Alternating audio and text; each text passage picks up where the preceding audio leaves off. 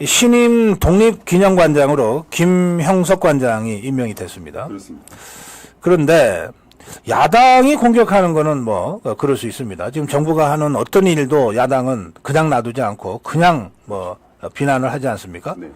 근데 왜 광복회까지 나서서 이 김형석 관장을 공격하는지 아마 좀 어리둥절하는 우리 국민들이 계실 것 같아요. 이 사안을 좀 설명 좀 해주세요.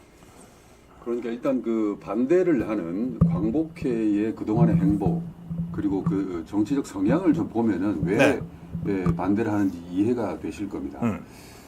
어떻게 보면 6.25 전쟁에서 대한민국을 구한 백선엽 장군 있지 않습니까? 네.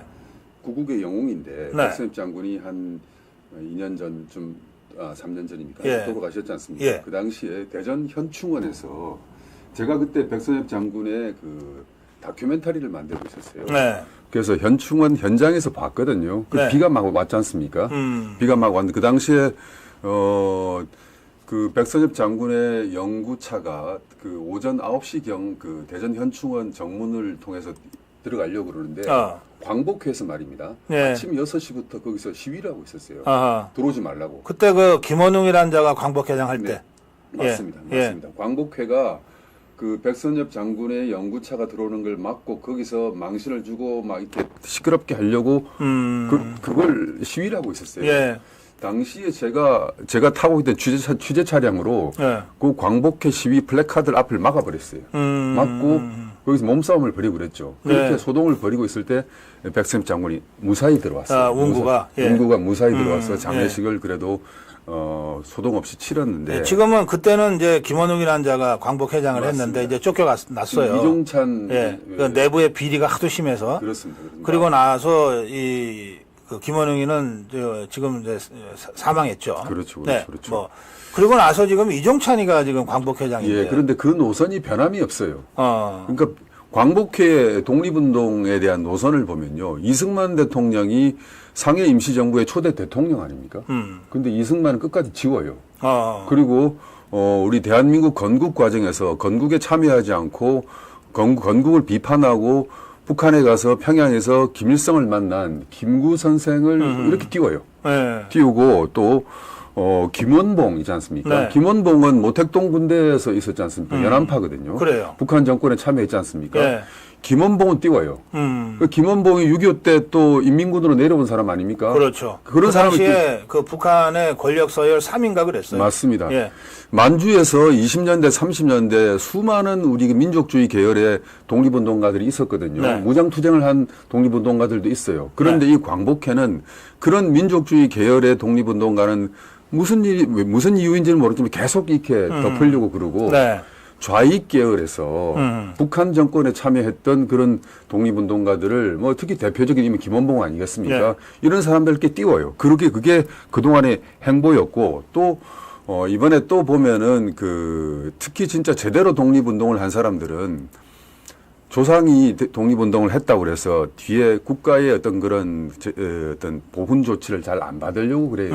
이것은 나라를 위해서 당연히 했던 일을 하려고 한 것이다. 그렇죠. 그런데 이 좌익 계열에서 이러저러한 일을 했던 사람들은 굳이 지금 5.18이 그러지 않습니까? 네. 굳이 그걸 광고를 해서 국가로부터 온갖 특혜를 받으려고 해요. 그걸 앞장서는 이 단체가 또 광복회입니다. 아하. 광복회가 그러고 있어요. 그리고 또 문제는 이제 이 일제 시대를 보는 그 시각차인데 이 사람들은 계속 일제와 일본과 한국과의 관계를 한일 관계를 자꾸 양국 관계로 보려고 그래요. 바이래터럴 릴레이션십으로 보려고 그래요. 그런데 이건 이렇게 봐서는 안 되고 한일 관계는 세계사로 인식을 해야 되거든요. 당시에 아시지 않습니까? 고성구 박사님.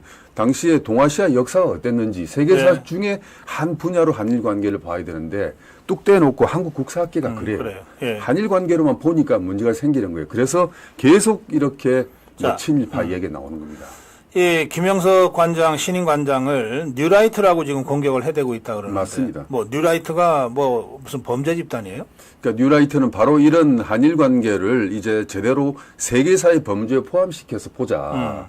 일본에 대한 피해의식에서 더 이상 벗어나자. 당시에 인정할 건 인정하고 또 그것이 우리 한국이 대한민국의 건국과 근대화에 이바지한 부분을 인정하고 우리가 들어가자라는 게 뉴라이트 역사인식 그 네. 방법이거든요. 근데 그것을 극구 부인합니다. 예, 김영석 관장은 어떤 일을 한 사람입니까? 그러니까 뭐 그쪽 원래 지금 제가 뭐 이야기 나오기로는 한일 종족 반일 종족주의 그 종족주의 책. 책에 참여했다고 그러는데 이영훈 교수가 주도했던. 예, 그러지는 않는 것 같아요. 그러지는 않은 것 같고 그동안에 이런 그 어쨌든 뉴라이트계의 역사 인식에 많이 좀 힘을 보탰던 것은 사실입니다. 그런데 그게 뭐가 문제입니까? 제대로 역사를 보자는 것인데. 네, 그렇습니다. 네. 예. 알겠습니다. 예. 그 지금 댓글창에는 그 이종찬이를 뽑은 걸로 봐서 광복회 회원들의 정체성에 문제가 있다는 댓글도 올라오고 있고 그 사람 그 임기 언제 끝납니까라고 질문하는 분들도 그렇습니다. 많이 댓글 계시네요. 보고 계십니까? 예. 예. 그래도 뭐 임기는 그런데 어쨌든 그 좀 이종찬 전 국정원장도 하셨지 않습니까? 네. 역사 인식을 자꾸 외눈박이로 하는 게 그거 김대중 때 한 거예요. 그 예. 문제가 있는 것 같습니다. 어쨌든 저는 윤석열 대통령께서 네. 이번에 이렇게 김형석 교수를 독립기념관장으로 이렇게 임명을 하는 걸 보면요. 역사 논쟁에서 치지 않고 밀리지 않고 네네. 대한민국 주류의 흐름을 타겠다.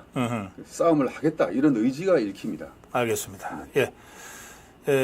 이제 임명이 이미 됐죠. 그렇죠. 예, 이거 뭐 청문회 할 것도 아니고, 맞습니다. 뭐 국회에서 표결할 일도 아니고, 맞습니다. 그냥 대통령이, 신인 독립기념관장으로 김영석 교수를 임명을 한 거예요. 네네. 근데 이걸 뒤늦게 야당이 공격하는 거는 뭐 저것들 맨날 하는 짓이니까 하겠는데, 광복회가 뒤늦게 나서서 시비를 건다는 건 도대체가 이게 이해할 수가 없다. 광복회가 예. 참 그 구성이 문제고 제대로 된 광복회 역할을 못 하고 있는 거죠.